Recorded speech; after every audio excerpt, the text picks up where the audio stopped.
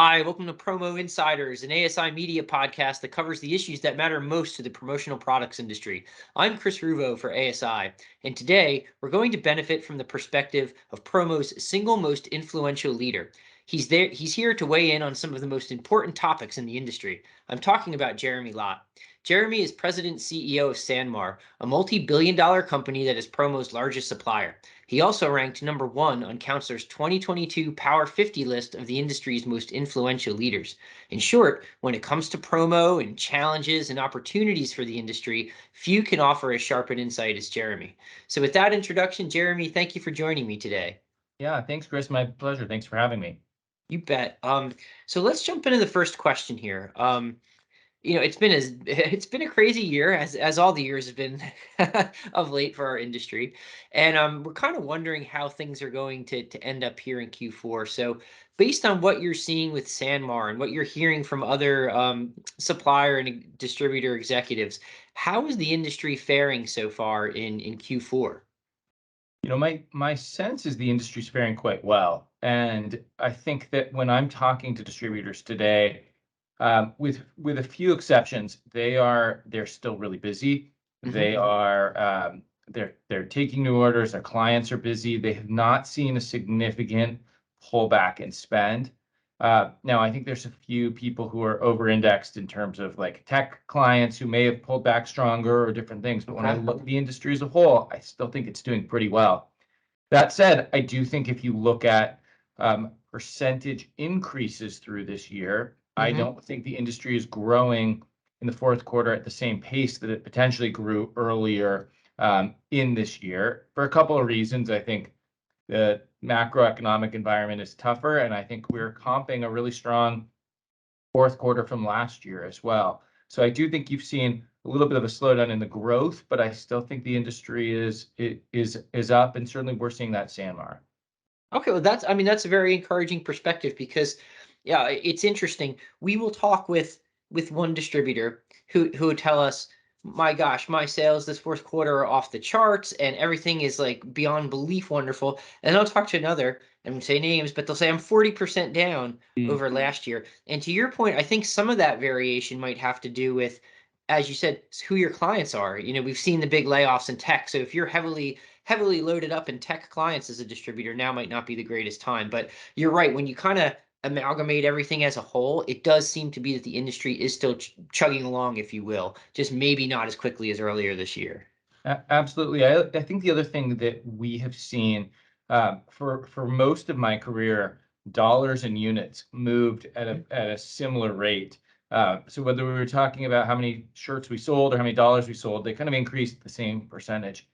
That's really changed in the last, 18 months with kind of inflation. So we've seen a difference now.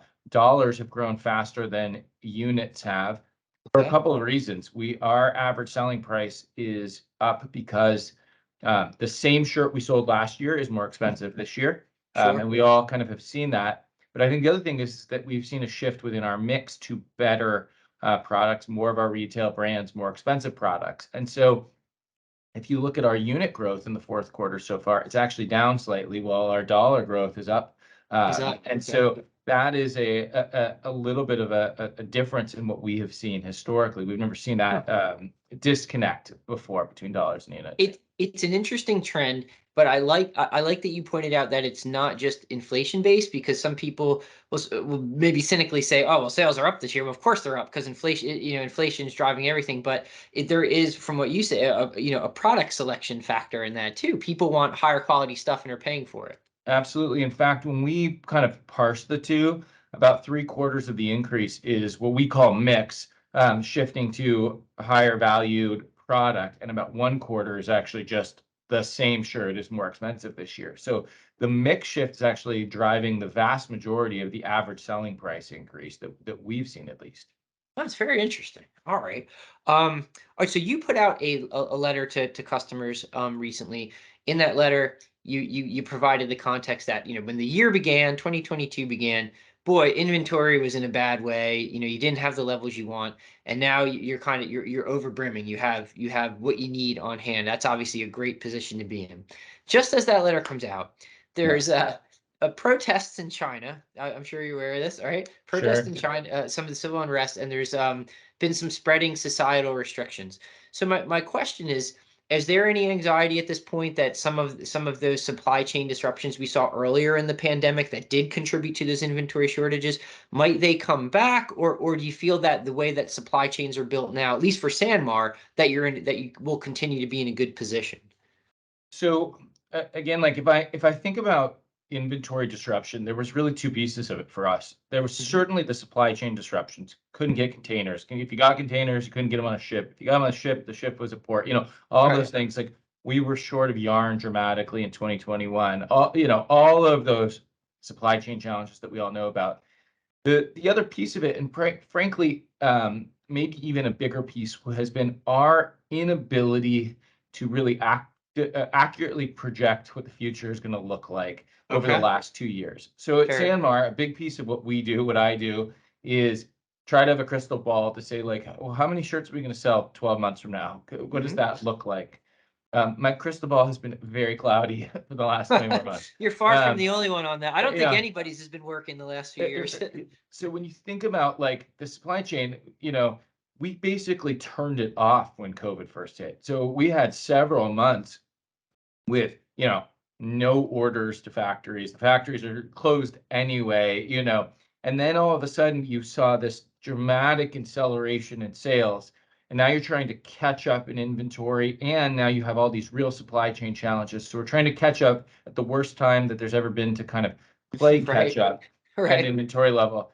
And so now as we've gotten into this year, we finally the supply chain certainly has caught up, in a way, right? As of course we're starting to see like, oh, well, what happens to the economy next year? And do we Mm-hmm. see a lessening of demand? And now do we have too much of a supply chain? I mean, that's our challenge. I'm not really worried about our exposure to China is quite small. We Hmm. mostly because of the 301 tariffs, Hmm. really divested significantly from China. Hmm. Our supply chain is really it's very global in nature, and our ability to kind of resource things in different regions is pretty significant. The biggest challenge that I have today is I now have this a very significant amount of capacity and inventory coming in, Hmm. and I've got to figure out, have I overbuilt that? Do I have Okay. space to store Yeah. it? Do I have, the ability? Overbuilding is a big problem for me, for a lot of reasons. But the biggest reason is at some point, I can overbuild to a point when I can't stop my supply chain. So Sure. I have to build them up gradually, and I have to slow it down gradually, because it means real jobs for lots of people around the world who make our product. And so, even though they are not factories or SanMar employees, Hmm. we think of our supply chain as very much an extension of our business. And so, how we manage that over time is a real trick. And so, we do it by buffering through our warehouses. And in the last 2 weeks, we've added a very significant amount of distribution space, almost 2 million square feet Wow. of new space that we'll be bringing online in the first quarter of next year, really to support this surge of inventory Okay. that we continue to have kind of coming in. All right. Very interesting. Okay. Great insight there into SanMar's particular situation. Now, I know you are not, in every supplier boardroom across across the industry, of course.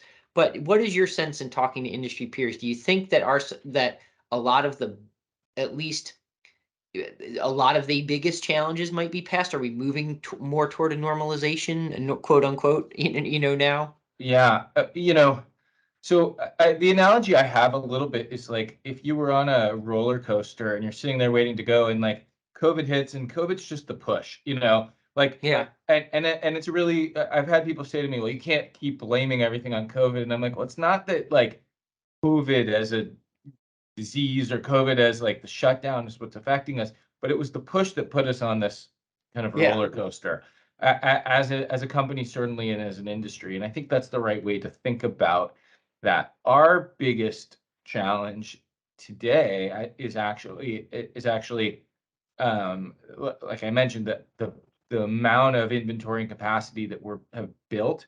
And Hmm. then then trying to, having my crystal ball for next year as we think about a potential slowdown in the U.S. economy and what does that mean to our sales. That gap between where our sales might be and the inventory that we're building could be quite significant. So that's a challenge, that we face. I think when I look at the last 2 years, the broken supply chain is certainly a huge challenge, and then labor, the other really, really big challenge that I think every industry supplier has faced. I think both of those things are much better today than they were 12 months ago. So I think as I think about the health of the industry, I think people are able to buy. I think the supply chains are working. I don't think you have this dramatic breakage of the supply chain. I think labor has gotten better. It's not perfect. I think that matching labor to demand in normal times was a relatively easy thing to do. Matching labor to demand in 2021 was a really challenging thing to do. So we've all, I think, as suppliers, gotten better, and I think people are feeling better about it. So are we off that roller coaster? The answer is no, but are we nearing the end? I feel like that way is happening. Okay. Oh, all right. Very interesting to know. Now, you, in a lot of ways, you half answered already the next question I was gonna put to you, which is, we hear consistently from distributors that service from suppliers has gotten better, that it has improved throughout 2022, but it's still not at levels that they were accustomed to, say, pre-pandemic, for a lot of the reasons you just pointed out. Where do you think things currently stand, and what will they look like in 2022 as far as service and fulfillment goes? Will we get back to some of what was maybe more the norm pre-pandemic, or do those issues kind of continue to be in play just because of the economic dynamics? Yeah, I can only speak to SanMar, but I think that we are, and I think that every criticism of our service level, especially in 2021 and early this year, was absolutely fair and warranted. We were doing the best that we could in a very difficult situation, and it was like we were throwing everything we possibly could at it, but we were not servicing well. We're servicing dramatically better today than we were, and we continue to get better, I think, every day. So are we where we were in 2019? I think the answer to that is still no. Are we a lot closer than we were 6 months ago? Yes. Are we closer 3 months from now? I think the answer is yes. We're certainly hoping to be, planning to be. I really think, at least at SanMar, as we get into next year, and especially as I get into the first quarter of next year, from an inventory and labor and perspective, which really, again, drives my ability to service you, we're going to be back towards service levels we had in pre-COVID in 2019. And my guess is that that's where other suppliers are, if they're not back already, are trending to as well. I think that people have adjusted again to supply chains and labor, and that they are going to be able to get back to the service levels, but it's taken a lot longer than any of us would have certainly thought or hoped. Yeah.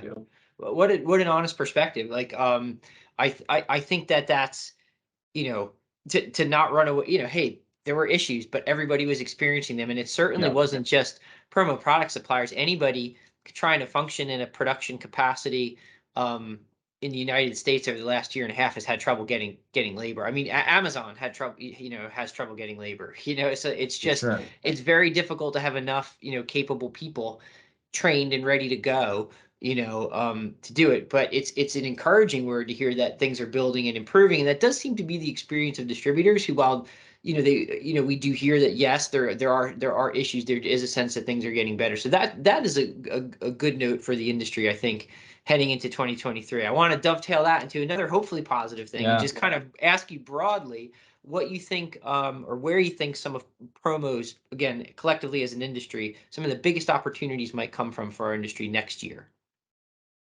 It's a hard question kind of for me to answer. One of the things that I believe really strongly is that I've always thought our industry added value from as a marketing vehicle for brands, for people launches, for companies, for all of those things.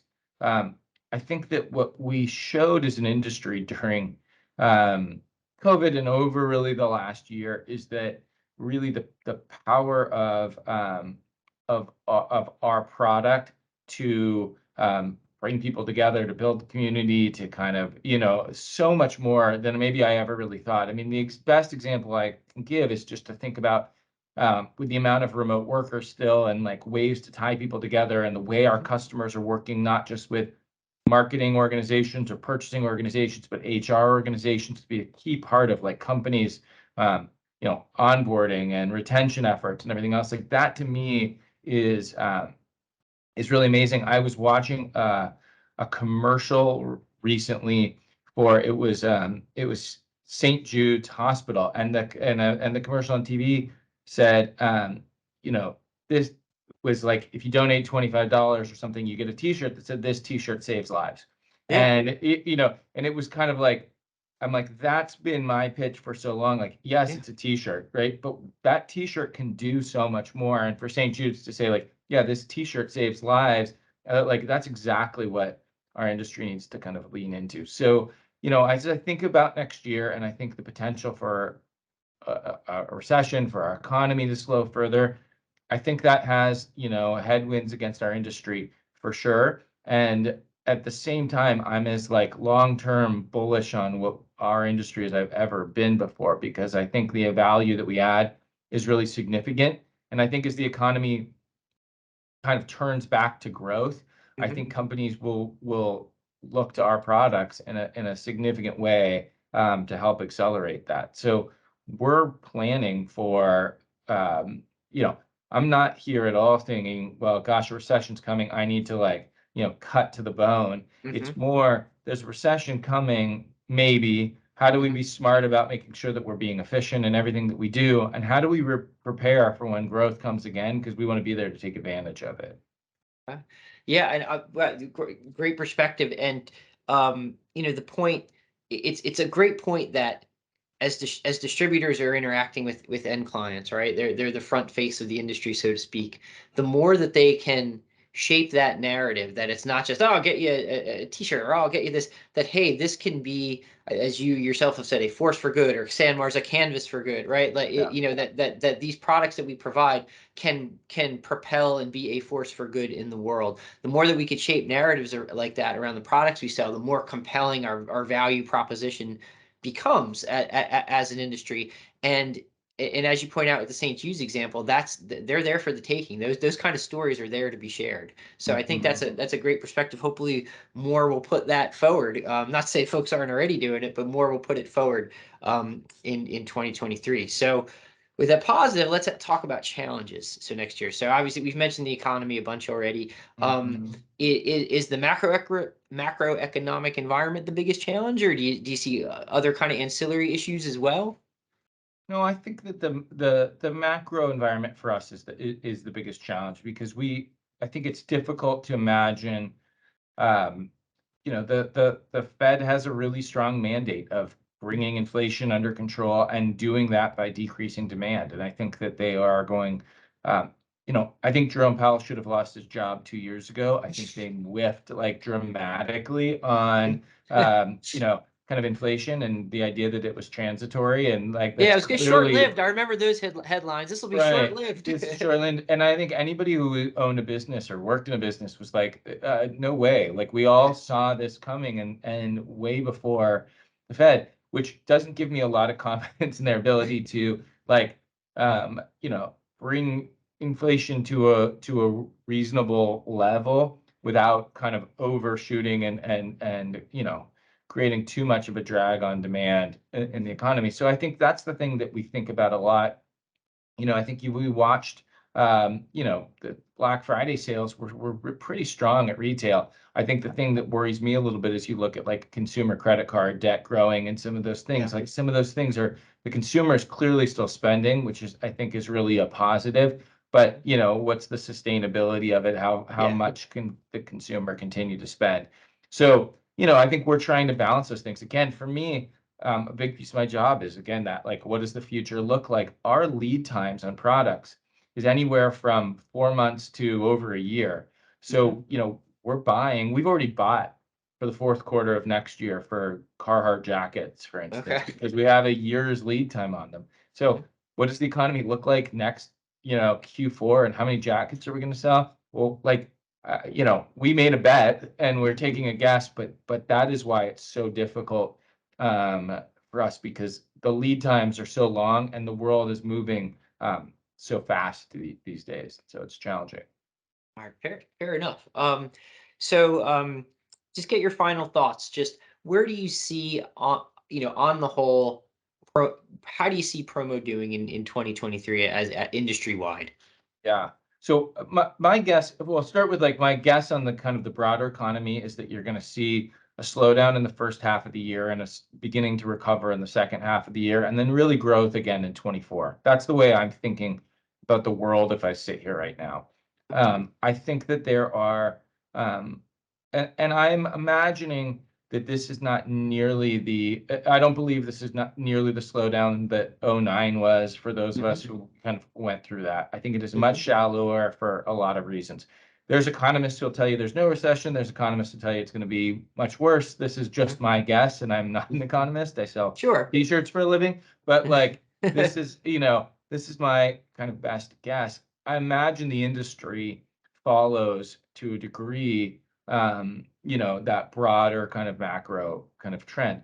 That said, I think there are always industries that are counter-cyclical that do better during kind of slower times. Good point. There's always industries that are going to get kind of hit more. We'll see, I always kind of say like, the economy might be really bad. You cancel your corporate event, but your kid is still playing soccer and they still need a Yeah. t-shirt, for that. Yeah. So like, there's some of those things that I think hold up, that are more resistant yeah, to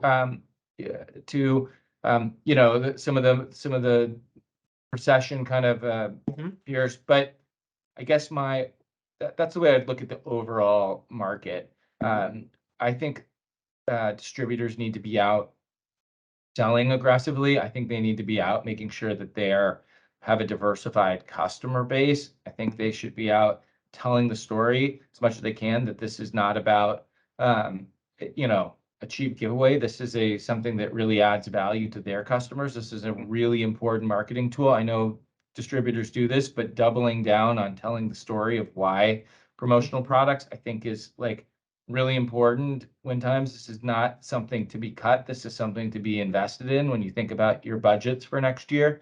So that's the way I would think about it. But it'll be an interesting year for sure. Again, I'm short term a little nervous and long term really bullish. Okay.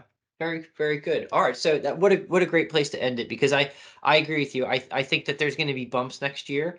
I don't think that we're going to canyon dive, so to speak, as an economy or an industry, but there's enough headwinds to suggest that, the issues that are being predicted and we're already feeling to a degree are real.